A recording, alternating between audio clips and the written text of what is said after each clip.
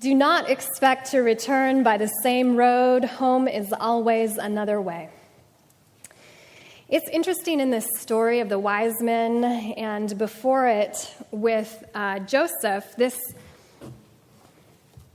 there are many times when they're instructed in this story to return home by another way.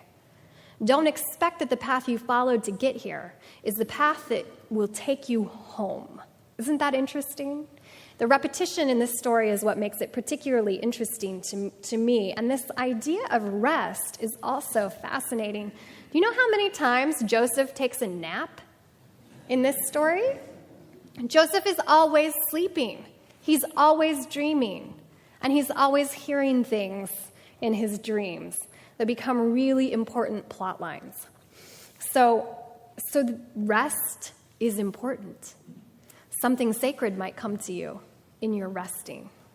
And looking for a path other than the one you took to get here seems to be important as well. So this Epiphany, there are two things I want us to think about. One has to do with the idea of Women's Christmas, that idea that whoever is the person or however you split domestic responsibilities in your household, the person who has carried the bulk of the burden of the year, whatever you have done that has kept you hurried and busy. This is an invitation to step back, to rest. And the wise people who traveled home by another way, this Epiphany, that is an invitation to reflect and to contemplate where you are in your journey. Is this path you're on the path that's meant for you? Is it your home path? Or do you need to turn and go another way? So you have received, as you came into the sanctuary, a blank, half sheet of paper. Did most of you get something like that, a little piece of scratch paper? We're going to walk through a short exercise that you might want to repeat at a different time. Maybe when you're not here, maybe you'll choose to do it at home or in your meditation practice, but your half sheet of paper, I want to ask you a couple of questions. This isn't really about resolution setting as much as intention setting, but think about those star words that the kids took. Susie has some scratch papers available if anyone needs one and didn't get one. I wonder if you would just reflect for a minute on 2017. If there was one word, I know that's hard, but if there is one word that you would choose to sort of describe, to summarize 2017, what word would it be? One word. I'm going to give you just a little bit of time.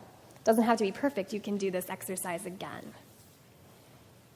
Maybe you have a word like joy, or maybe it's something like tired or overwhelmed. Maybe work really dominated or career dominated 2017. And if you can't think of a word, just jot down that that's the part of the exercise. What word would you use to describe 2017?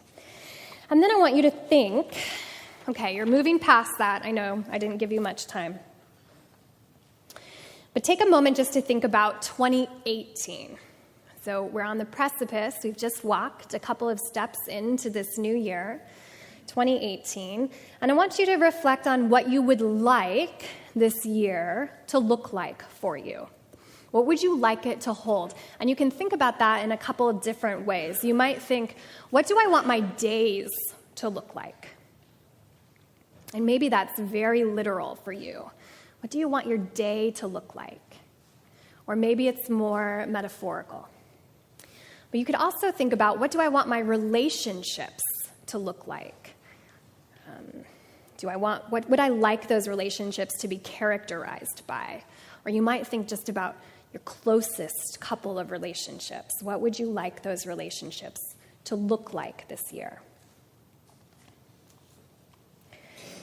And then another question you could ask about 2018 is, what kind of world do you want to live in? What do you want your days to look like? What do you want your relationships to look like? What kind of a world do you want to live in? So if you're thinking about those three questions, I want to ask you, could you choose a word that then sort of summarizes that vision or reality you just created for yourself? Maybe you need a couple of words. That's fine. You could choose a couple of words.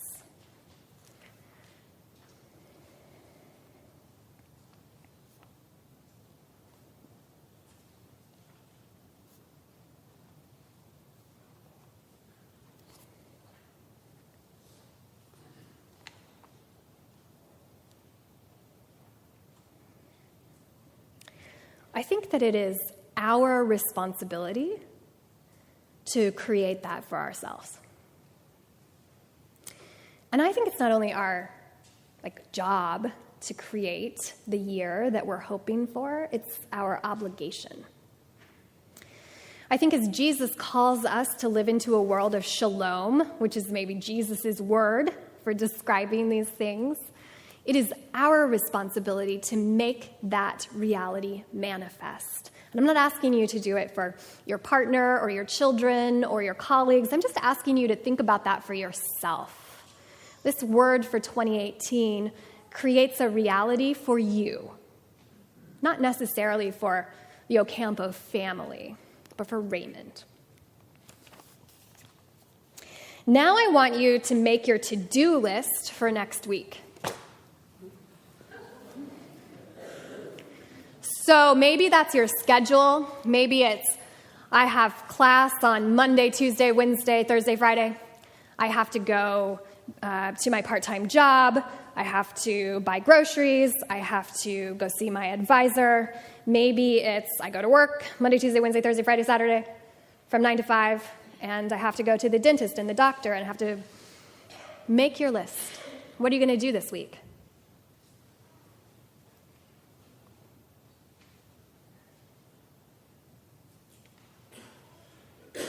What errands do you need to run? What appointments do you need to keep? Will you go to the gym? Will you go to yoga?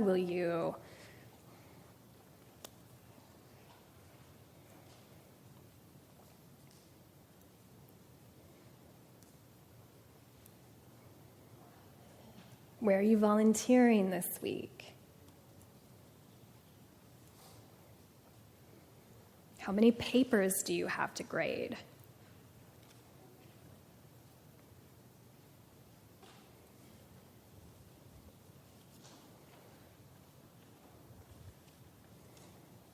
How many loads of laundry do you anticipate doing?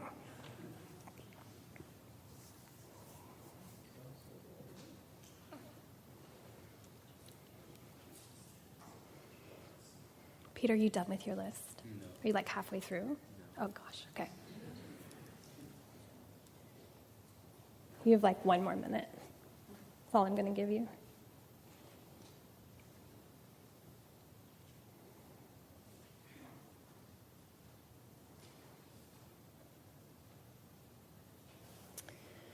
So stop wherever you are in your list. You're not through the week. It would be interesting to say, who got through their entire week in that amount of time?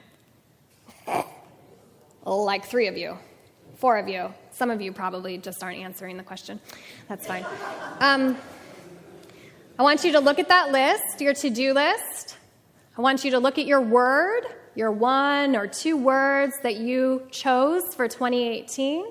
I want you to circle the things on your to-do list that directly contribute to your word or 2 words. Directly contribute.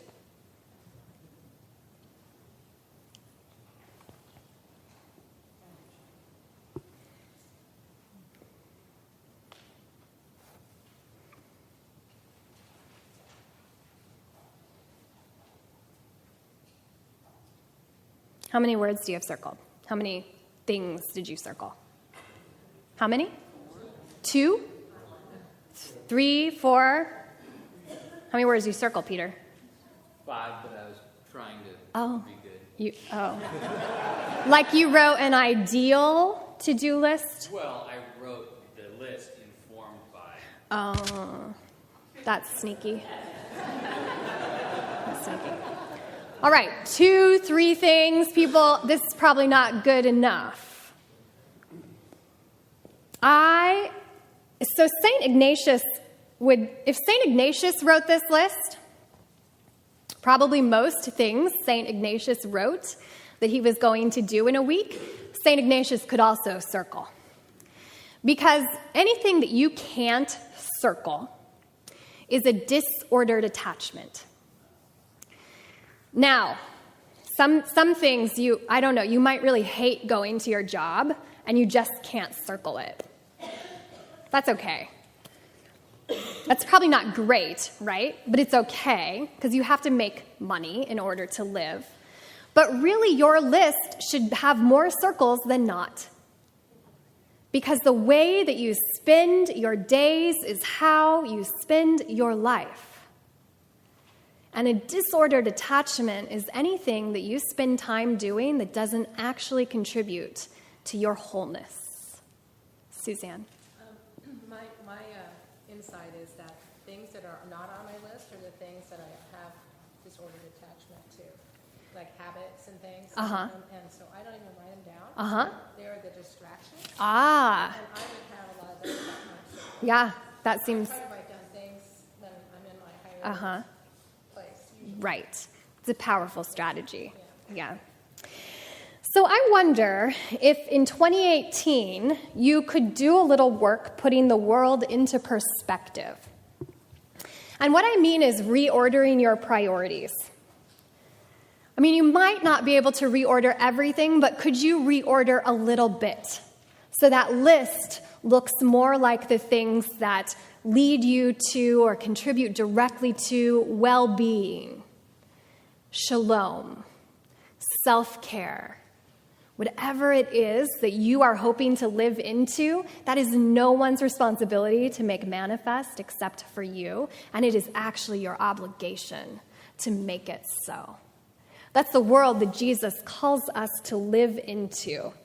So, I will do this along with you, which will be difficult.